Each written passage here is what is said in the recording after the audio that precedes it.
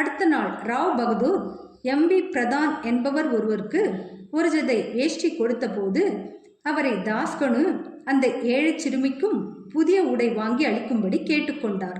ராவ் பகதூரும் அழகிய பாவாடை தாவணி ஒன்றை வாங்கி வந்து அவளுக்கு அன்பளிப்பாக கொடுத்தார். பசியால் வாடும் ஒருவனுக்கு அதிர்ஷ்டவசமாக உண்பதற்கு நல்ல விருந்து கிடைக்க பெற்றதை போன்றே அவளது களிப்பு கரை காணாது போயிற்று. மறுநாள் புத்தாடையை அவள் அணிந்து கொண்டாள். பெரு மகிழ்ச்சியுடனும் கொண்டாட்டத்துடனும் சுற்றி சுற்றி ஓடினாள். சுழன்று நடம் ஆடினாள். மற்ற சிறுமிகளுடன் புகடி கோலாட்டம் விளையாடி அவர்களை எல்லாம் வென்றாள்.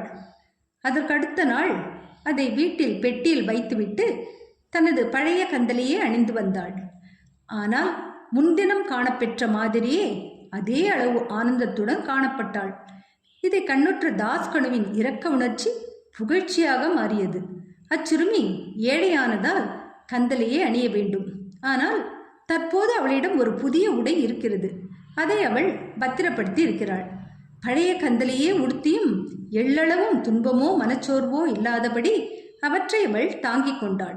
இவ்வாறாக நமது இன்ப துன்ப உணர்ச்சிகள் எல்லாம் நமது மனத்தின் பாங்கை பொறுத்தே இருக்கின்றன என்பதை அவர் உணர்ந்தார். இந்நிகழ்ச்சியை பற்றியே அவர் ஆழ்ந்து ஆராய்ந்து கடவுள் முன்னும் பின்னும் எல்லா திசைகளிலும் எல்லா பொருட்களிலும் சூழ்ந்து ஊடுருவி இருக்கிறார் என்றும் கடவுளால் அவனுக்கு வழங்கப்பட்டவை அனைத்தும் உறுதியாக அவனது நன்மைக்கே ஆகும் என்றும் மறுக்க இயலாத திட நம்பிக்கையுடன் கடவுளால் தனக்கு அருளப்பட்டவைகள் அனைத்தையும் மகிழ்ந்து அனுபவிக்க வேண்டும் என்றும் அவர் உணர்ந்தார்.